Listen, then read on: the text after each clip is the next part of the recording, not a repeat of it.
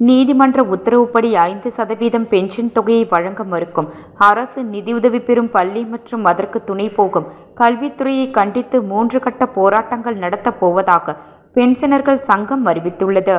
புதுச்சேரி அரசு நிதியுதவி பெறும் பள்ளியான பாத்திமா மேல்நிலைப் பள்ளியில் பணிபுரிந்த 47 ஆசிரியர்கள் பணி ஓய்வு பெற்றனர்.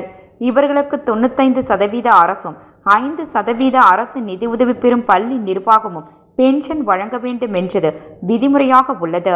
இந்த நிலையில் 95% பென்ஷன் தொகையை வழங்கி வரும் அரசு நிலையில் 5% பென்ஷன் தொகையை அரசு நிதியுதவி பெறும் பள்ளி வழங்காமல் மறுத்து நீதிமன்றம் சென்றது. இந்த வழக்கை விசாரித்த உயர்நீதிமன்றம் 5% பென்ஷன் வழங்க வேண்டும் என்று 2023 உத்தரவிட்டது. ஆனால் நீதிமன்ற உத்தரவுப்படி அரசு நிதி உதவி பெறும் பள்ளி 5% பென்ஷன் தொகையை வழங்காததால் 95% வழங்காமல் அரசும் நிறுத்திவிட்டது.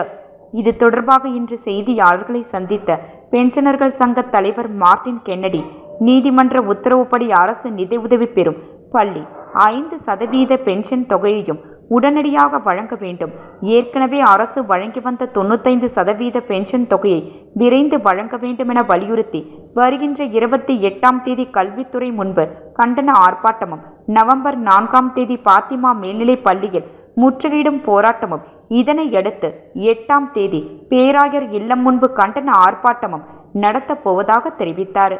பேட்டியின் போது சங்க நிர்வாகிகள் ஆல்பர்ட் மார்ட்டின், சின்னப்பன், ஜோசப், வேணு, அழகிரி, தாஸ் மற்றும் ராஜாராம் ஆகியோர் உடனிருந்தனர்.